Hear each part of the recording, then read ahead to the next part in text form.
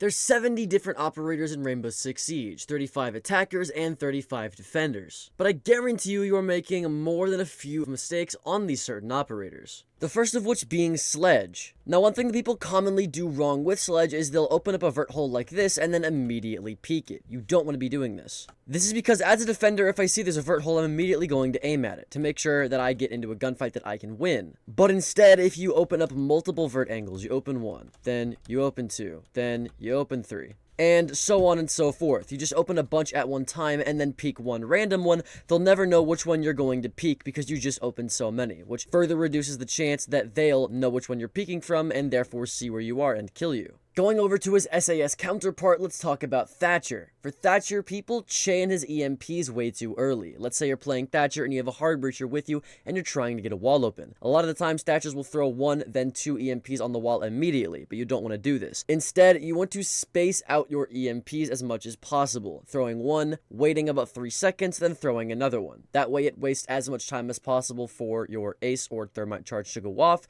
with room left still so that they can't trick the wall. Speaking of breaching walls though, let's go over thermite. Now, what I see a lot of thermite people do whenever they're playing with a Thatcher to get a wall open is they'll wait for the Thatcher to explode and then they'll put their thermite down on the wall. You don't want to be doing this. Instead, whenever the Thatcher hits the wall and it's about to explode, then you'll put your thermite down. Now, this will shock you a bit and take a bit of your HP, but it won't destroy the thermite charge because it's in the middle of an animation, which means you can get it down a bit earlier and give the bandit a little bit less time to react so that when your thermite charge explodes, he has less time to bandit trick it, and then you have a wall open. Speaking of getting walls open, let's talk about Ash. Now, with Ash, you like to rush a lot. So what people will do is they'll put a breaching charge in the middle of a barricade and run into it. But you lose a bit of HP, as you can see by the blood in the top right. If you don't want to lose any HP though, all you have to do is shoot the breaching round in the top left or top right corner of the barricade. As you can see, I do it here, run in, and I lost no HP from doing that. So it's very, very useful to put it in the corners of the door instead of just in the middle of the door. Someone who's a bit more slow though is Twitch, and with Twitch you don't want to be getting too close to utility with your Twitch drone. Twitch's drones, in terms of their shocking,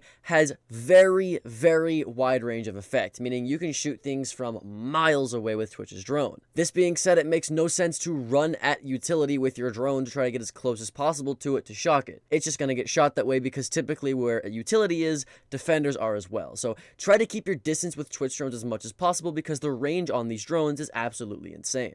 Moving on to her French counterpart, Monty. Now, with Monty, a lot of people don't know how to play him. When do you unshield? When do you ADS? When do you shoot? When do you melee? Or when do you stay shielded? Well, as Monty, the only time you want to unshield is if you have teammates that are with you. You never want to unshield close to people, otherwise they'll just melee your shield before you can melee them. Trust me, their animation is faster, or they'll just shoot you in the legs. Instead, the only time you want to be unshielding is if you have a teammate who is also on the other side of the player you are pushing as Monty. That way, if they try to shoot you when you unshield, sure, they might kill you, but they'll die right after. Or if they choose to shoot your teammate, then you can unshield, ADS, and shoot him. So either way, the opponent is dead. Someone else who can bring a shield, though, is Fuse. Now, the common mistake that I see with Fuse is people will immediately detonate his charge after they place it. Now, this can be good, but in some scenarios, you don't want to be doing this. Instead, keep your Fuse charge there, especially if you know no defenders can shoot it. Then what you'll do is walk down and put pressure on the site. And as soon as you figure out where they are and you put pressure on it, then detonate your charge.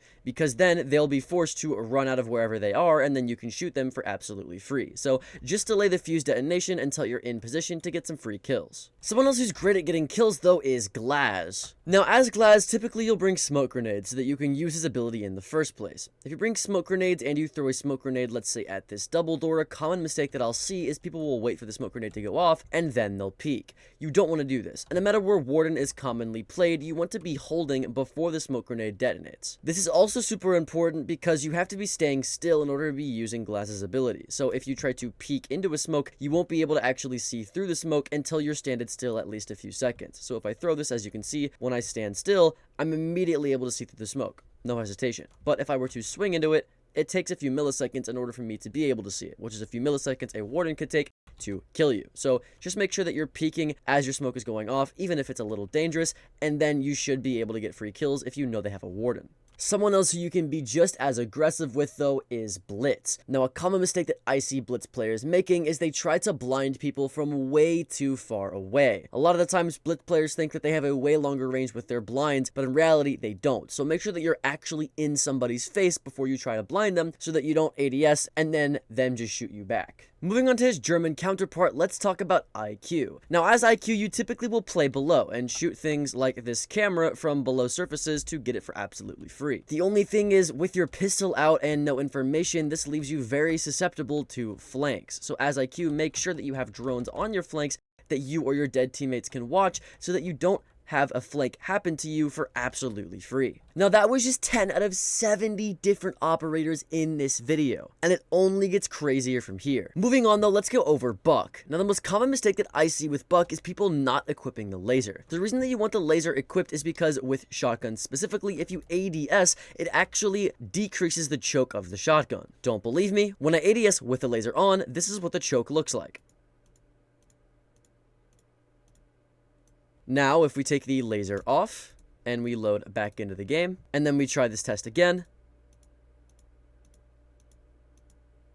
you can clearly see that the choke of the one with the laser is much less than the choke of the one without it. So make sure you equip the laser on Buck. Someone you shouldn't have a laser on, though, is Blackbeard. Now, the common mistake that I see Blackbeard players making is that they rappel onto windows. You don't want to be doing this. One, sometimes the angle allows them to be able to shoot your head even whenever you're peeking with the shield. But two, sometimes they can see your shield before they see your head. So, as Blackbeard, instead of sitting on windows, you want to just be holding tight angles. This is not the case, however, for Capital. The mistake I see with Capital players is they're way too passive after using their firebolts. Let's take this Rafters example that's very common. For example, people will come through the wall right here, and then they'll firebolt off rafters like this. But what's the point in firebolting it if you're not going to then swing and shoot the defender that's running away from the fire? What you want to do is firebolt above rafters here and here, then come all the way down, and once they're lit on fire and running away, taking damage, scared out of their minds, you just shoot them for free. It's absolutely easy to do. Someone who's even easier to use is Hibana. Now, as Hibana, the common mistake that I see is whenever players are trying to make a rotate with Hibana pellets, they'll put 6 at the bottom and 4 at the top. Well, that does work, but really, you only need to put 4 at the bottom and 4 at the top. You don't need to do 6 at the bottom. As you can see, I have the Hibana pellets here, and I'm going to blow them up, and now I'm easily able to walk in. I don't know why anybody does 6 at the bottom. I just saw that a few times, wanted to point it out. Something else that I see a lot of players doing is using Jackal scans without any intent. You don't want to just scan the second you see footprints. First of all, there's a certain color coding to footprints. The more red it is, the newer it is, and the more blue it is, the older it is. So anything in between, you kind of get the gist. If you see blue footprints or green footprints, you shouldn't scan it. If you see yellow, orange, or red, then that obviously takes priority. Another gadget that has a timed variable is Ying's Candelas. As Ying, you want to make sure that you're not just fully cooking your Ying Candelas or undercooking them for no apparent reason. You want to fully cook them if you're using a Ying Candela for kills. That way the defender has no reaction time to it and they're just going to be blind and an easy kill. You want to cook it 0 to 1 times if you're trying to take space. That way you give defenders time to react so they run away, which then gives up the space for you to take to get the plant down. Now that's something that's understandably a bit hard to grasp at first, but something that you definitely should understand is not just throwing 2 stuns in at the same time on Zofia. I don't understand why Zofia players do this, but whenever they're about to swing somebody to get a kill, they'll pull their stun out and they'll stun 2 times in the exact same spot. It literally doesn't do anything. Just stun once, it does the exact same thing, and then save your stun for something else. Or they'll like try to be smart about it and they'll stun once, they'll space it out, and then stun again, as if that does anything other than stun yourself. Just use 1 stun. It does the exact same thing. Stop stunning twice. A way more common mistake, though, is over-droning on Dokkaebi. Now, I see a lot of players playing Dokkaebi who drone themselves in, and that's really, really good, especially in a meta where a lot of people aren't droning at all. But because Dokkaebi brings you an ability that gives you information, you only need to be droning the initial room that you're going to hop in or walk into. That way, you don't get cut off by any defenders who are holding angles, but once you're in that room, all you have to do is call. Once you've called, you'll know if there are any defenders in any of the the adjacent room, so you don't need to waste time droning. You can just call and save yourself 30 seconds of time. Now, this is in stark contrast to the operator Lion, because as Lion, the most common mistake that I see is players not droning enough. The reason that droning on Lion is so crucial is because let's say I'm attacking the basement side of Clubhouse, and I know that there's a player right here. Let's just pretend that this dummy is a player. Look, it's even got 2 eyes for us. That's cool.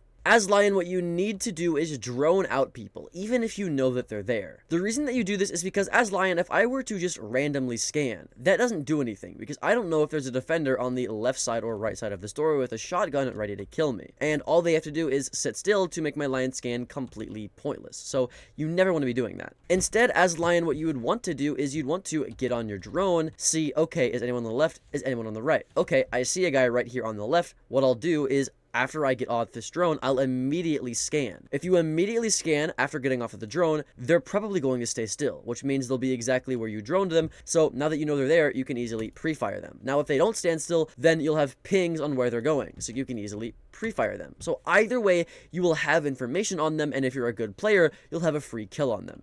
That is how you play Lion. Not only are you probably playing Lion wrong, but you're probably also playing Finka wrong. Now, a lot of the times, I'll see Finka players only using Finka boost for themselves, or to maybe revive their teammates. You don't want to be doing this. As Finka, especially if you have a rush-heavy team, which wouldn't be surprising in this current meta, then you want to be using Finka boost as soon as you see them rush or take space. That way, if they get into a gunfight, they'll already be Finka boosted and get all of those effects of a Finka boost to help them in their gunfight, which a lot of the times can be the difference between them winning or losing that gunfight. Someone who's way more team-oriented, though, is Maverick. Now, as Maverick, a lot of the times, people will make rotations for themselves so they can sneak into places like this example here on Clubhouse. But as Maverick, you don't need to be making yourself huge rotations like this in order to get into the building. That's just really, really, really unnecessary. And it wastes a lot of blowtorch fuel. Instead, if you drone it out properly and make sure you don't get pre-fired, you can easily make a way smaller rotation that you're still able to crouch through.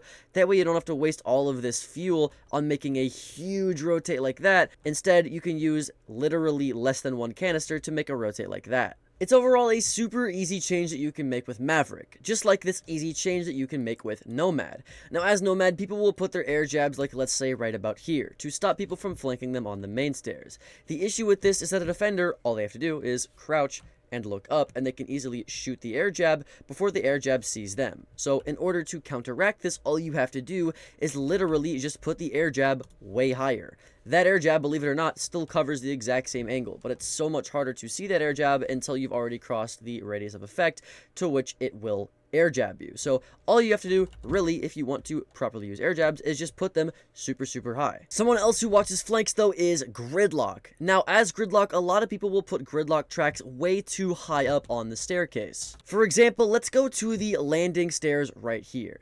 People will put Gridlock tracks on the actual landing to prevent them from being flanked, but the issue with this is that a defender doesn't even have to go there to see you. If you're in 90, all they have to do is come up to the staircase right here and shoot you. They don't even have to get on the Gridlock tracks. So as Gridlock, whenever you're traxing off staircases for flanks, make sure you hit the actual center of the staircase so that you get the most amount of Gridlocks on the staircase, and so that they actually have to shoot the Gridlocks or impact them in order to destroy them to flank you, which you'll hear when they do, so, I mean, you'll probably kill them anyways. An even more crucial mistake than that one, though, is Nock's crucial mistake, which is being way too impatient. The entire name of the game when it comes to Nock is playing slow, playing methodically, and going for late round flanks. A lot of people will try to play Nock like they would play somebody like Ashe, but that's just not viable due to the fact that it's just a different ability and playstyle. Nock isn't even a 3-speed for 1, so you can't really rush. And 2, Ashe's ability also helps her rush with a breaching charge, but Nock, after the nerf and her not being silent anymore, really does not favor rushing, so you need to just be patient and wait for that opportunity and that opening to get your kills. Someone who is way more fast-paced, though, is Amaru. Now, the common mistake that I see with Amaru is people will just zip into a window into sight and hope for a 50-50 coin flip that they get kills and win the round. You never want to do this. Instead, pick a window that's near to sight. So if they're playing upstairs as defenders, you as Amaru should go into a window like the armory window. This window is good because you can still get to site pretty quickly as a Maru and be close to site, but if you drone it out and no one's there, it's not a guaranteed 50-50 coin flip that you have to take a gunfight and hopefully win it. Instead, you can still get in the building fast and have your gun up ready for any common angles that they might be having in order to win the gunfight. Someone way more passive though would be Callie, which is actually the mistake. You shouldn't be playing super passive as Callie, at least sitting outside for that matter. You should not be sitting outside for more than a minute and a half into the round. At a certain point, sitting outside and baiting kills is pretty useful, especially against aggressive teammates. But you don't want to be doing it for too long, because once they know you're there, if they don't peek you for 30 seconds, they're probably not gonna peek you, because they're not peeking you due to the fact that they know you're there. So maybe get in their face, pull out the SMG a bit and get a tad bit more aggressive instead of sitting outside the whole round and wondering why you lost the round. I will say though, another mistake that Callie players make is they don't use their ability enough, which is in stark contrast to my next operator, which will be Yana. Yana, people use her ability way too much, and that is the issue. You shouldn't just be using Yana clones for no reason. Some players know where the defenders are, and just because they're playing Yana, they feel the need to clone in and get their clone killed. You don't want to be doing that. The only time you should use your clone as Yana is to destroy Aruni gates, or to genuinely drone out an area where you don't know a defender is. If you want to bait, you don't need to use her clone, you can just use a drone. If you want to get information on defenders and their exact location, you can just use a drone as well. The only time you use her clone is whenever you know that a defender isn't around, but you still want to drone it just to be safe. Another ability you probably use improperly is Ace. Now, as Ace, people don't make head holes with Ace charges enough, or as often as they should. As Ace, when you throw an Ace on a wall, you have the option of letting both Ace charges explode. But as Ace, you can shoot the bottom Selma charge as the first one is exploding to make head holes instead of a rotate. Now, this might seem counterintuitive because you want to rotate to be able to get into the site, but if you already made a rotate or you plan to make one in the future, then I would recommend making head holes. This makes it to where you can hide behind a good portion of the reinforcement if you're crouched, but if you want to aim head level, you can use the head holes to do so. So you still have cover on the wall, but it's still open for you to get aggressive on, as opposed to making a rotate where you can't hide behind the wall. It's good for being aggressive and especially for getting information. Speaking of information, let's talk about Zero. The most common mistake that I see Zero players making is just not being on their cameras for flanks. As Zero, your primary objective is to put cameras down for the flanks and watch them. But if you're not watching the cameras, then they're completely useless. So a lot of people will resort to relying on their teammates, but in a solo queue environment, that's not viable. So instead, you need to be watching your own Zero cameras and just be the flank watch for your team. That is your job. He's overall a way more utility-focused operator than people like to admit, just like Flores. Now, the mistake that I see with Flores is that they don't use the drones properly. What I mean by this is, as Flores, if you didn't know, whenever you detonate your explosive, your drone turns bulletproof. So right now it's not bulletproof, but as soon as it's about to detonate, it will turn bulletproof. If we look at the floor where it is, wait for it, oh sh. Now, as you can see, when I detonate it, it becomes completely bulletproof. I can't shoot it until, obviously, it explodes. You can absolutely abuse this due to the fact that as Flores, you can detonate his drones mid-air. This means that if you know there's utility on the other side, but you don't want it to get caught, you can easily deploy it and detonate it mid-air. That way it explodes on the other side, and the defenders have no way of shooting it because you detonated it mid-air instead of waiting to detonate it whenever it hit the actual piece of utility. It's a little bit hard to get the timing down, but easy once you learn it. Someone that's way easier to use, though, is Osa. Now, as Osa, the mistake I see is players will just have their shield out and treat her like a shield operator like Blitzer Monty. Instead, you don't want to do this. What you want to do instead is put down your shield every single chance you get, and using her more like an attacker deployable shield rather than a shield operator. You overall just don't want the shield to be close to you, you want it to be more far away from you as a golden rule. Another piece of utility you put too close to you is Sens's gadget. Now, as Sens, again, that is the tip. You don't want to put the walls too close to you. Let's say as an attacker, you're planting right here. Putting a smoke wall right in front of you, just like this, is a bad idea, because the amount of space the defenders have to get close to the wall is a lot, meaning that they can easily just swing through the smoke and kill you because they're so close to you, or the second that the smoke wall goes down, they're easily able to be close to you and shoot you. Now, as opposed to you putting it way further away. This makes it so where they're not able to gain as much space without peeking the smoke and dying. And if the smoke wall does come down, they still have to peek all of these angles, and it's very dangerous for them. So this goes for pretty much any smoke grenade in general in any game. You just want this smoke grenade to be as far away from you and where you're planting as possible to give the defenders less space. Someone else's utility that you need to use far away from you is Grim. Now the mistake I see with Grim is that they use him for information. This is kind of like Lion. You want to already have the information with Grim. You just want to be using his ability to reconfirm that information so you can swing off of it and get kills. Someone else who's good at getting kills, though, is Brava, because of her great weapon. But in terms of the mistake that I see players making is that they're not using her prep phase drone. The only time you want to be using Brava is if there's utility for you to hack in the first place. If there's no utility for you to hack, then you shouldn't play her. Which is why you need to be using her prep phase drone to drone out the site to make sure there's even utility for you to hack in the first place. That way you're getting value out of Brava in the first place. The final attacker, let's talk about Ram. Now, Ram is really good, but if you only use one of her gadgets at a time, you can easily get shot on the vert. So instead, you want to deploy all of your gadgets at once to make sure that they can't easily just kill you, and they don't know where you'll peek from next. Is this pretty similar to Sledge's tip? Sure, but it's very important, and I see a lot of people dying for this reason, so I had to throw it in here. But that is completely it for every single attacker in Rainbow Six Siege.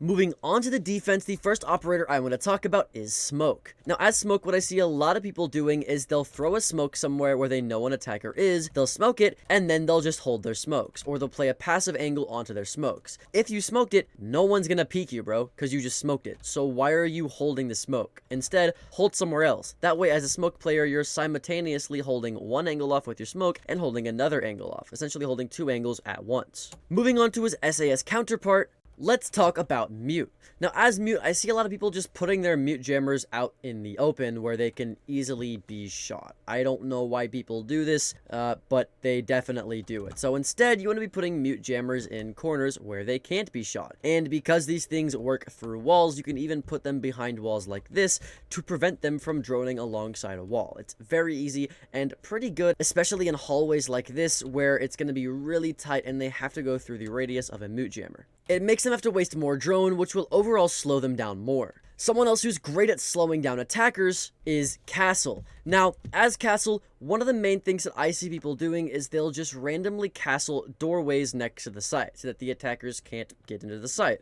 Now, this might make sense, but if you have anybody teammate-wise off-site, if they want to come back to site, they have to remove this castle barricade, which takes a lot of time, it makes a lot of noise, and it can get them killed for absolutely free. So never ever do this. Instead, use castle barricades that are more off-site, like this one right here. Now, you might be saying, well, the roamers can't come up red stairs, but they can come up the other two staircases, and if you castled off every single doorway to site, they wouldn't be able to come up any staircase. So it's much better to castle off windows and doorways that are off-site or near site instead of actually on the bomb site. Moving on to his FBI counterpart, Pulse. The mistake I see with Pulse is people stay below the site way too much if they're playing Pulse for a second floor bomb site. Yes, denying the plant is cool, but if they know you exist or you're the last man alive, you shouldn't really be doing this because you're putting your team at a disadvantage so badly that it can completely cost you the round. Someone else that you need to play on site though is Doc, and that's just a mistake. You shouldn't be off site pretty much ever as Doc ever because Doc is meant to heal his teammates, and the majority of your teammates are going to be anchoring on site, contrary to popular belief. This means that if your teammates need to be healed, the best place you can heal them from is the site, which means you need to be playing on site. Moving on to somebody you should definitely also be playing on site with, let's go over Rook. One thing that I noticed with Rook is people deploy their Rook armor way too slowly. You don't want to be doing this. You want to be deploying your Rook armor the second the round starts. That way it doesn't slow your team down whenever they do all their site setup and they're across the map, and then you put your Rook armor down, and then they have to walk all the way to your Rook armor and all the way back to where they were. It just wastes time, and you don't want to do that. Another ability you use in the prep phase is Kapkan's ability. Now, the mistake that I see with Kapkan is they'll put one Kapkan trap and they'll spread out each Kapkan trap. Now, this might seem good because you increase the chances of them hitting a Kapkan trap. But if your Kapkan traps don't kill or down people, then you might as well play Legion. So instead, you want to be stacking Kapkan traps as much as possible. You should have 2 on one doorway and 3 on another doorway. That way, you at least kill one person and down another, which you can't do with operators operators like Legion, so that's what separates the two operators, therefore you should be using them to their fullest potential as an operator. Moving on to his Russian counterpart, let's talk about Tachanka. Now the mistake I see with Tachanka players is they'll swing with their launcher out, which can get them killed, and it's one of the many reasons people don't play Tachanka. Instead, if you're going to use Tachanka's launcher,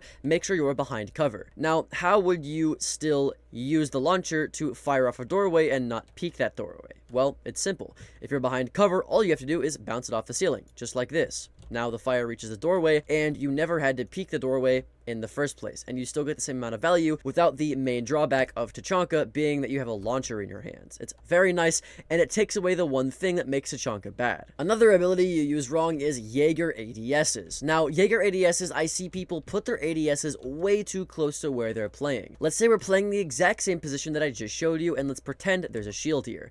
Now, you might be thinking, well, let's just put an ADS close to the shield, that way if any grenades come to the shield, they'll easily catch it. Well, you don't want to do that. The reason for this being is because it limits the ADS's reach to only where you're playing, instead of where your teammates are playing. If you want to deny somebody throwing grenades from this door, instead of putting ADSs just close to you, you want to put the ADS close to the door. That way, no matter where they throw that grenade, if they throw it in this doorway, at you, to the left, at the head holes, to the left of there, no matter where they throw the grenade, this ADS will catch it, as opposed to an ADS on this doorway that protects the shield here, or the shield here. Another ability that you put way too close to you is bandit batteries. Now let's say that I'm bandit tricking this wall on Clubhouse. What a lot of people will do is they'll put bandit batteries wherever on the wall. It doesn't matter, they don't really have a placement for it, they just kind of put it on the wall. And then when they bandit trick, if they have a bandit charge way too close to them, they have to move to the other side of the wall to place it down, which will waste time. Instead, as bandit, if you're bandit tricking a wall, you want to put the bandits on the farthest side of the wall away from you. That way, whenever you're sitting in the middle of the wall, just like this, you don't have to move at all. You can just place your bandit charge on either one of the walls, which in turn will waste way less time, allowing you to keep the wall closed in a situation where it might have been opened anyway. Now, for Jaeger and Bandit, the issue is that you were way too close to your utility. But with Frost, it's actually the complete opposite. Let's say as Frost we're playing in Cafe. I put a trap below the wall that typically gets aced open in case they hop through it and get frost matted right here. I put a frost mat under the west stage piano rappel, and I put a frost mat on the stage rappel.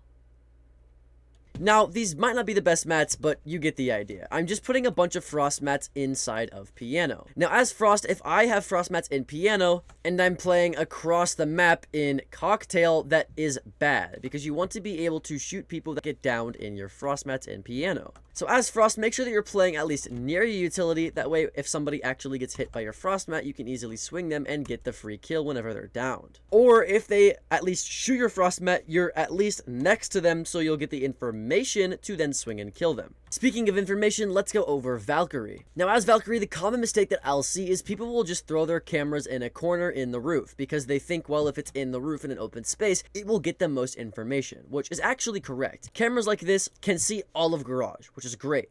But I'd much rather have a camera that can barely see anything that stays alive the entire round than a camera that's super obvious and they will most likely find that will see more of Garage and stay alive for only 20 seconds. As you can see on this first camera, I can see a lot, and on this second camera, I can only see the entrance and somewhat into the hallway of Garage. But this Garage cam is much better than the first cam, even though it can see less, due to the fact that nobody will find this camera because this glass is bulletproof, and everybody will find this camera. So prioritize how long the camera will last, much more than how much the camera can see. Speaking of hidden information, let's go over Caveira. The mistake that I see with Caveira is people go for way too risky interrogations. It's much more valuable that you don't risk an interrogation and you stay alive than it is you trying to go for an interrogation. One more man count on your team after you getting a kill is great, because now you have man advantage. But if you let them refrag, you're essentially putting the ball back in their court, which is bad. Speaking of getting kills though, my next operator is Echo. The main mistake I see Echo players making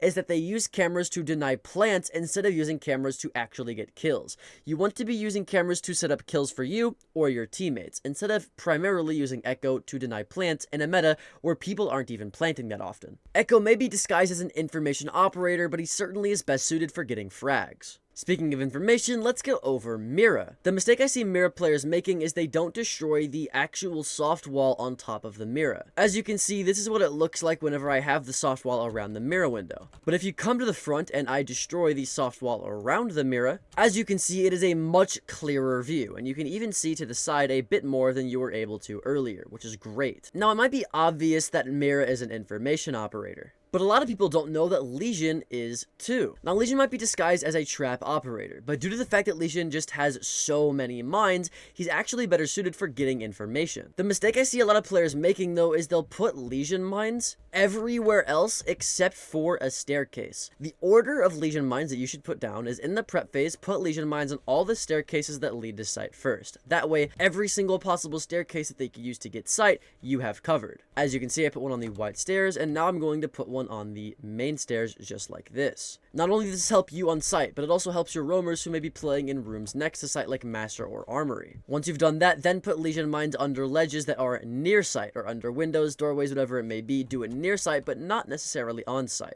Kind of like that one and the one I showed you before. Once you've done all of that, then, because you're still sitting on site as a Legion like you should be, you can start to put Legion mines on doorways to site. And because you waited so long to start putting Legion mines on the site, you should have a general idea of where they're pushing from now. So now you know exactly which doorways to put Legion mines on, which is great for you, because the damage on these things stacks. So you can put multiple on one doorway. But just because Legion is an information operator doesn't mean that he's not a trap operator too. He definitely is. Just like Ela is also a trap operator. Now, the issue that I see with Ela players is they cover the wrong entry points with Ela mines. Instead of covering a doorway that is completely across the map from you, Instead of covering a doorway that is completely across where you are playing from, you want to be covering doorways or staircases or ledges, windows, whatever it may be, that are close to where you're playing off of. So let's say I'm playing top white for the window push and the white stairs, an Elamine on white stairs would make sense. An Elamine all the way in attic behind this wooden barrel does not make sense at all, unless I have teammates who I know can actually swing off of it. Someone who you don't need teammates for, though, is Vigil. The mistake that I see with Vigil is people move while using his ability. If you move while using his ability, it makes sound, which completely negates the entire point of not having information with Vigil's ability. Also, if you move while using his ability, the lines at the bottom of your screen appear larger for attackers, so they know they are actually in the room where their drone is. If you were to sit still, those lines appear smaller, so they'll think that you're actually rooms away or even floors away, which can get you free kills. Someone else who's free kills if played correctly is Maestro, but keywords, if played correctly. A lot of players as Maestro will put their cams down, and the second they put their cams down, they will just sit on their cams for the entire round. Now, Maestro's cameras are cool, but using a gun to actually kill a player instead of zapping them is even cooler. So try to stay off your cams, especially if they're right on top of you or right on top of a teammate that you can easily refrag. Moving on to Maestro's counterpart, let's talk about Alibi. Now, the mistake that I see people making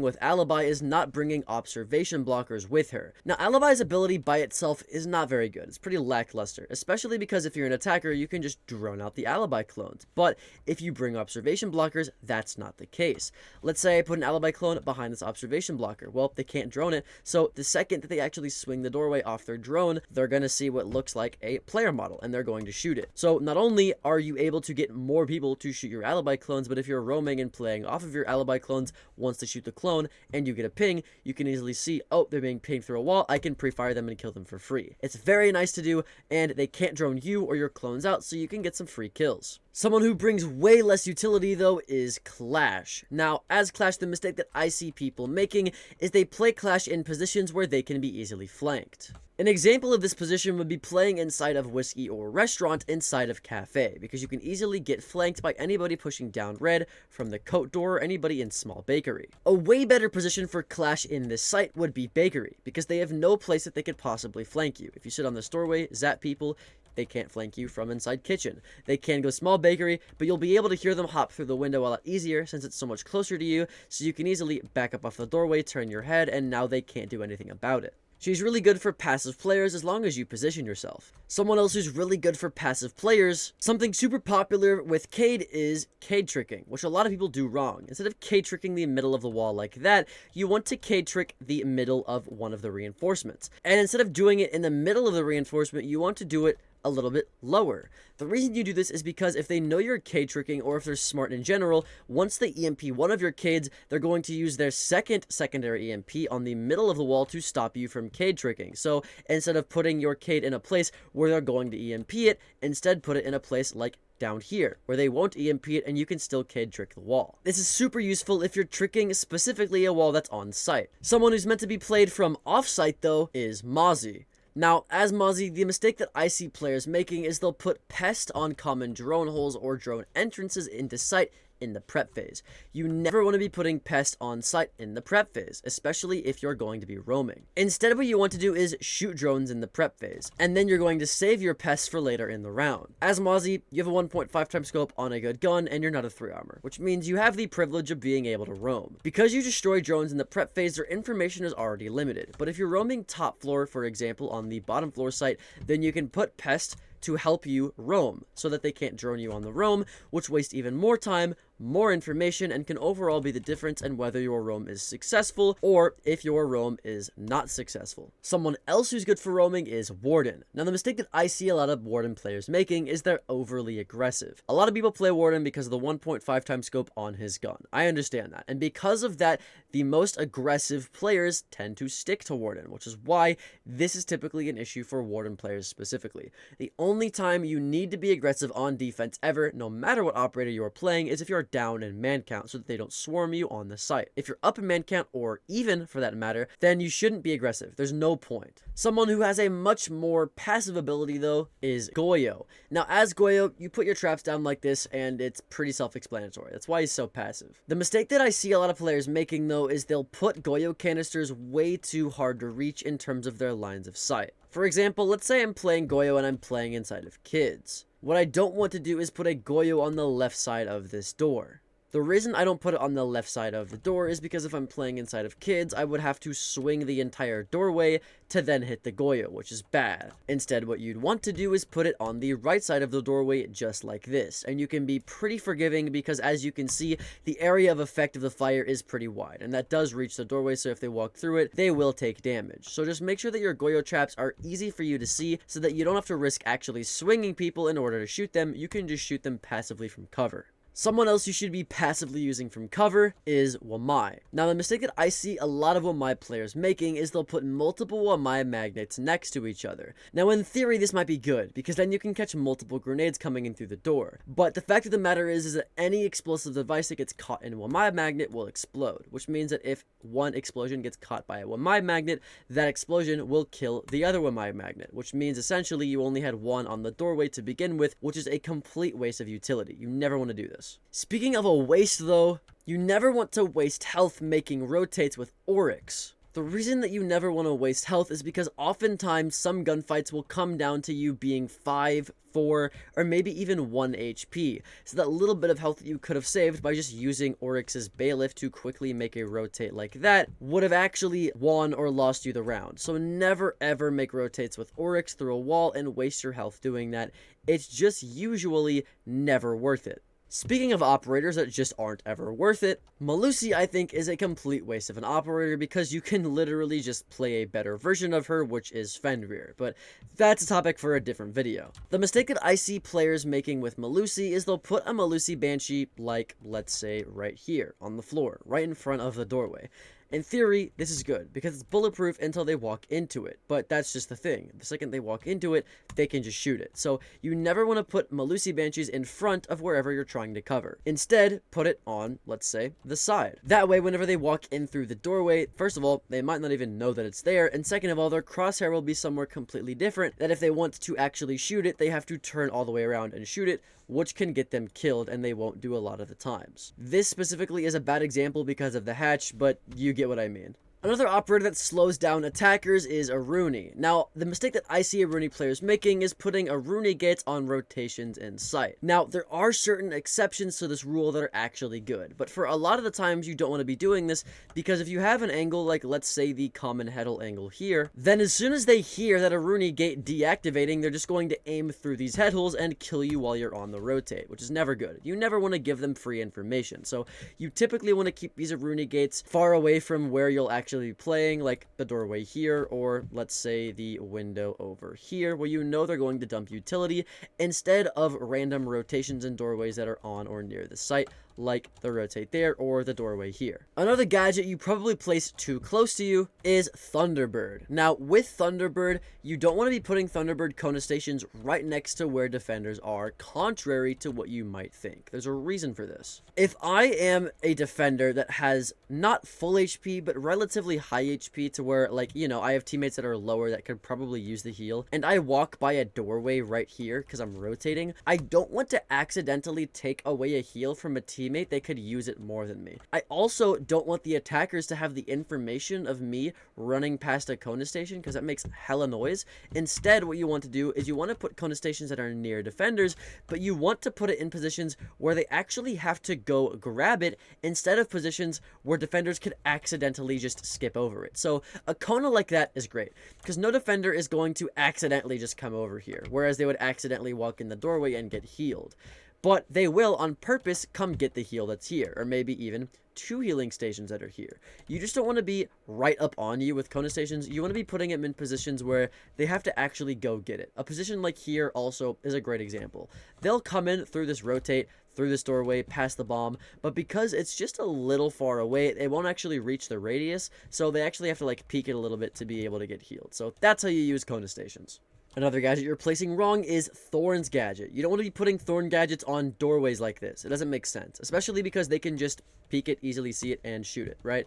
But mainly for the fact that they can get all the way inside of laundry and see you before this trap activates and lets you know that they're there. Instead, you want to be finding corners that are dark, kind of like this one, that can easily hide the Thorn traps so that when they walk in, they can't easily just see and shoot it. Speaking of throwable gadgets, our next operator is going to be a zombie. Now, pretend that an ace or a thermite just opened this wall, and you're defending basement on consulate with a zombie. You never want to waste a zombie barricades covering up a wall, because an attacker can easily just go up to it and knife it for absolutely free. It wastes no time, it wastes an entire ability, and it's never worth it. Instead, use zombie barricades to cover rotates, like this barricade on the box right here that covers your rotate from the breach. Or use zombie barricades to create deployable shields, like this one on this box right here that makes a thing that you can play off of to easily swing something, kind of like a deployable shield would. You never just want to waste zombie barricades covering a doorway or an open wall. It just doesn't make sense.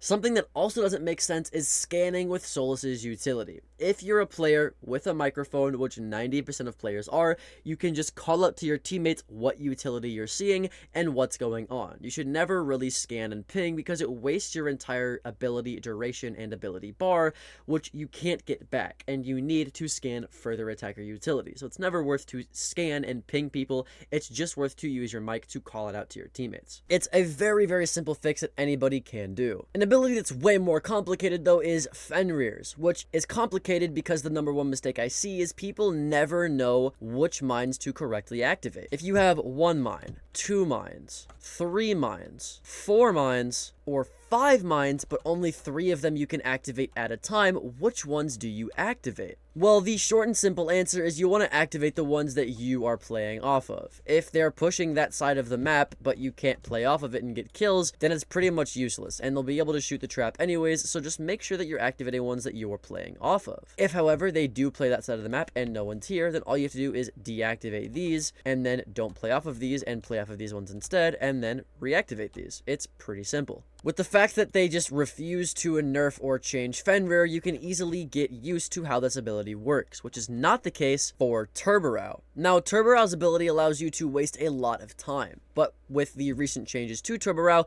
you only have 3 canisters instead of 4. This means that you have to be a lot more sparing with your canisters, which is exactly the tip that I'm going to give you. Stop wasting your canisters on random doorways like this to hopefully maybe slow down an attacker whenever they swing, because all they have to do is back up so they're not in the radius of effect and then swing anyways. It's pretty useless to do this. Instead, you really should only be using Turborao to help keep walls closed, because that's pretty much all he's useful for. Because now he only has 3 canisters, you especially want to be saving all of these canisters for keeping a wall closed. And you want to make sure as well that you're not deploying these way early than you need to be and wait for them to actually thaw out, because it gives you a bit of a warning before it thaws out with a new change. you have no excuse to waste as much time as you do, so make sure that you space these out evenly. But with that out of the way, that's all 70 operators and all of the tips that you might be doing wrong. Make sure you check out this next video. My name's Alka, and I hope I'll see you there. Later.